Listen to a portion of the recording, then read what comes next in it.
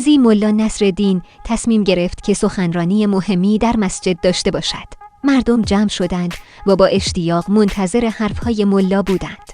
ملا به بالای منبر رفت، نگاهی به جمعیت انداخت و گفت: ای مردم، آیا می‌دانید من چه چیزی می‌خواهم بگویم؟ مردم با تعجب جواب دادند: نه، نمی‌دانیم.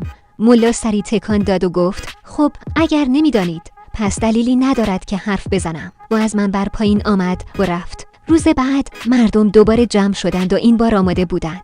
ملا دوباره همان سوال را پرسید: آیا می‌دانید من چه چیزی می‌خواهم بگویم؟ این بار همه با هم گفتند: بله می‌دانیم. ملا لبخندی زد و گفت: خب اگر می‌دانید پس نیازی به گفتن نیست. و باز هم رفت.